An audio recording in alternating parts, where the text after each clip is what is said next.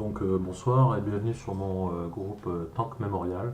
C'est un groupe que j'ai créé le 7 janvier 2018, un groupe YouTube et aussi sur Facebook. Le but c'est très simple, c'est de parler, de discuter autour de tous les tanks et l'artillerie de la Seconde Guerre mondiale, allemande, russe, américaine, britannique, même française, même si c'est limité. La France a été battue dès le début.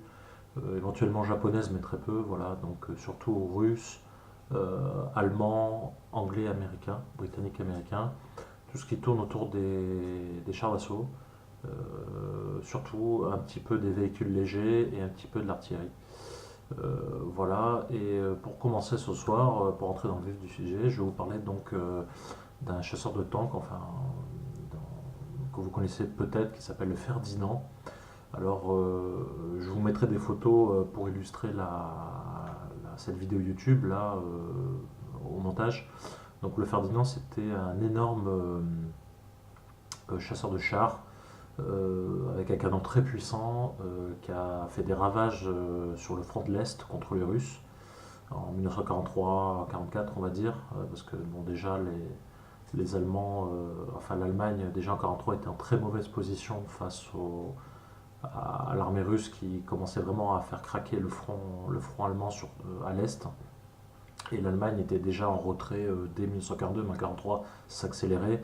Malgré ça, l'Allemagne produisait des tanks de plus en plus lourds et puissants afin de contrer la grosse production russe et américaine. Malgré ça, ça n'a pas suffi, mais ça a permis de faire durer la guerre quand même 5 ans grâce à ces super machines qui coûtaient très cher, étaient extrêmement lourdes, consommaient énormément de carburant. Certaines étaient très mobiles, comme les Tigers, les Tigres, les Panthers, les Panzers très évolués allemands des années 43-44, voire 45, et d'autres étaient très peu mobiles et avec un canon sans tourelle, c'est-à-dire ils étaient obligés de tourner le tank latéralement pour diriger la pointe du canon, et ça évidemment c'était très dangereux en close quarters, comme on dit, c'est-à-dire quand les tanks ennemis se rapprochaient, ils pouvaient contourner. Outflank, ça veut dire contourner les tanks et donc leur tirer par derrière. Par exemple, le Ferdinand fait partie de ces monstres d'acier qui pèsent extrêmement lourd, qui consomment beaucoup, mais qui a un canon très puissant qui permet de tirer à plus de 2000 mètres, de percer les blindages des tanks russes les plus puissants à plus de 2000 mètres, voire plus, avec une facilité déconcertante, tandis que les tanks russes sont obligés de se rapprocher jusqu'à, on va dire, 1000 mètres, 1 km, pour avoir vraiment un taux de pénétration du blindage. Donc ce que je vais faire, c'est que je vais vous décrire un petit peu le Ferdinand, généralement ses caractéristiques, et ensuite je vais vous donner quelques petits détails historiques que j'ai trouvé sur un site d'un passionné de la Seconde Guerre mondiale, sur un blog qui a été écrit il y a plusieurs années. Il s'appelle panzer78.skyrock.com. Le type s'appelle Panzer78, on ne connaît pas son vrai nom, c'est le pseudo. Il a créé un super site avec des images historiques et tout ça, sur tous les tanks et tout ça, et je vous mettrai le lien dans la vidéo. Donc le Ferdinand, c'est un chasseur de tanks. Donc c'est pas un tank avec tourelle, son but c'est de rester en retrait, hein, très loin des lignes du front ennemi, et de dégommer les tanks sur de vastes plaines, de vastes étendues sans obstacle, sur un point en hauteur, afin de pouvoir tirer sur les ennemis de très loin. C'est un petit peu le sniper, si vous voulez, des tanks, sauf qu'il est tellement massif qu'il est très facile à repérer. Et si un tank ennemi, un T-34 russe par exemple, s'approche trop près, et que le Ferdinand n'a pas le temps de recharger, généralement c'est capote. Il est mort, le Ferdinand. Mais généralement, il les voit arriver de très loin et il se retire avant que ça s'enfle aussi. Donc c'est un Ferdinand, c'est un véhicule qui pèse 65 tonnes, 65 000 kg, 65 tonnes. C'est très lourd pour un tank. Il a son moteur a une puissance de 530 horsepower, chevaux, ce qui est pas mal pour l'époque, 530 chevaux. Mais comme il pèse 65 kg, le rapport poids-puissance est pas bon, donc il accélère vraiment pas très vite. Il peut monter un maximum 31,38 km/h. Bon, à l'époque c'était suffisant pour atteindre un point de tir. Parce que le but du Ferdinand, c'était pas d'aller vite ou de contourner, c'était d'atteindre une position de tir confortable en hauteur, et à partir de là, tirer sur tout ce qui bouge, ce qui arrive, pour retarder les invasions. Il a un très bon blindage à l'avant, de plus de 100 mm, ce qui est assez considérable. 80 mm sur les côtés, ce qui est tout à fait correct. Bon, c'est pas non plus très, très extrême, mais ça permet d'arrêter la majorité des tirs à longue distance, tous les tirs, quand le tank est en frontal. Évidemment, sur le côté et derrière, c'est beaucoup plus délicat. Qu'est-ce qu'on peut dire d'autre sur ce tank? Je précise aussi que le Ferdinand, ce tank, est disponible dans le jeu en ligne War Thunder, que certains d'entre vous connaissent sans doute. C'est un jeu en ligne, on peut jouer avec des milliers de joueurs sur Internet, tous les tanks de la Seconde Guerre mondiale, même les avions, tout ça, et d'un réalisme bluffant. Et donc ce tank, je dis plutôt chasseur de chair, excusez-moi, en anglais tank destroyer, est un de mes préférés parce qu'il est extrêmement précis à longue distance, son canon est très puissant et très précis à longue distance. Et donc ça permet de faire des scores pas mal, surtout contre les T-34 russes. Le T-34 russe était le char le plus produit de la Seconde Guerre mondiale, quasiment, à des milliers d'exemplaires par la Russie. Il avait un blindage assez faible, moyen, mais les Tiger, les Tigres, les Panzers, les Panthers et les Ferdinand pénétraient leur blindage avec une facilité vraiment déconcertante. Qu'est-ce qu'on peut dire d'autre sur le Ferdinand? Donc voilà, il a une très bonne armure frontale. Il est très bon pour le tir à longue distance. C'est-à-dire que les autres tanks sont obligés de s'approcher vraiment beaucoup plus pour pouvoir le mettre en danger, tandis que lui, il peut les dégommer de très loin. Donc ça, c'est un vrai avantage tactique, ce qui a permis de repousser ou de bloquer les Russes pendant plusieurs mois. Sinon, la guerre était finie peut-être même en 44, ou en 43, s'il n'y avait pas eu tous ces engins super lourds, super blindés, et avec la technologie supérieure.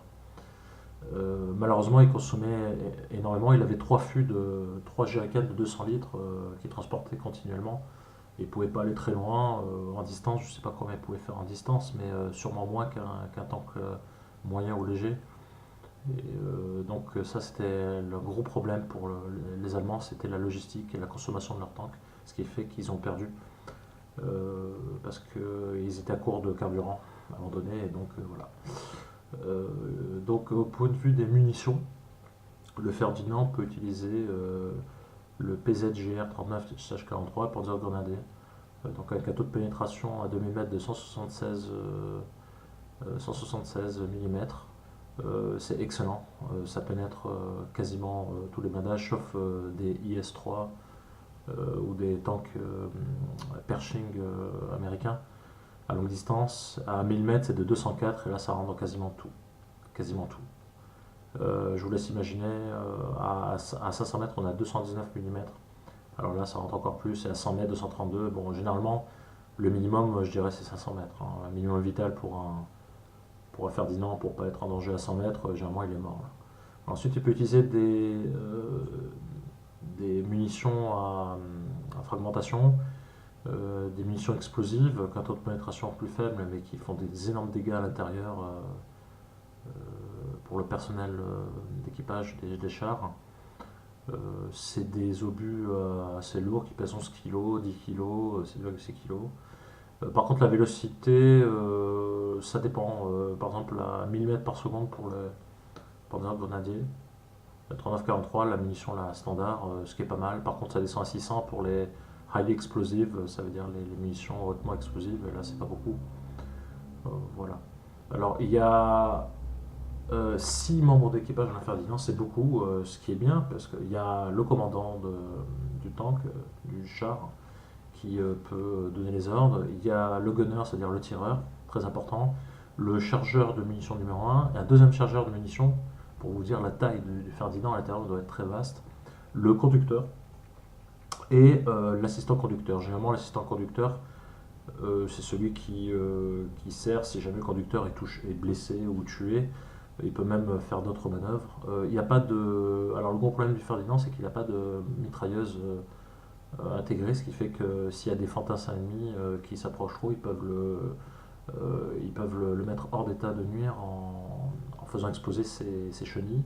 Et ça, c'est un gros problème. Donc, le Ferdinand était vraiment très vulnérable à l'infanterie ennemie, qui pouvait s'approcher sans problème puisqu'il n'y avait pas de mitrailleuse.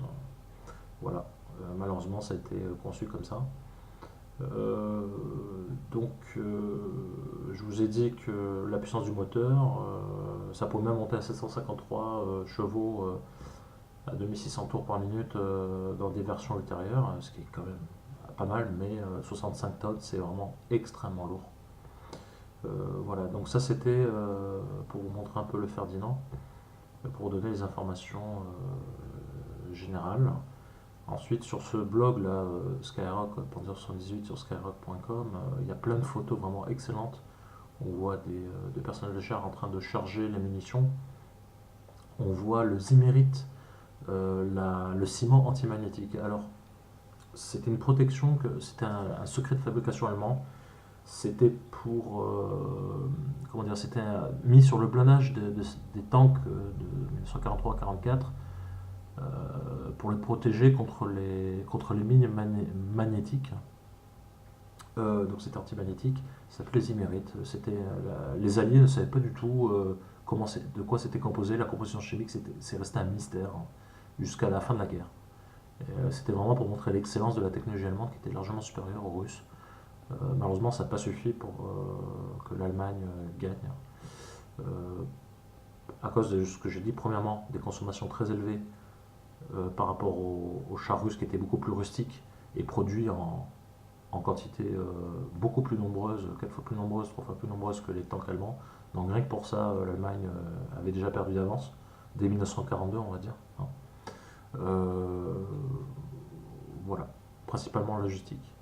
Ensuite le Ferdinand, c'était vraiment un très bon tank. On l'a appelé l'éléphant. Il avait un canon de 8,8 cm. C'était vraiment un éléphant très massif, on va dire. Voilà. Alors pour le reste, je vous laisserai découvrir les photos, les vidéos sur le site du blog.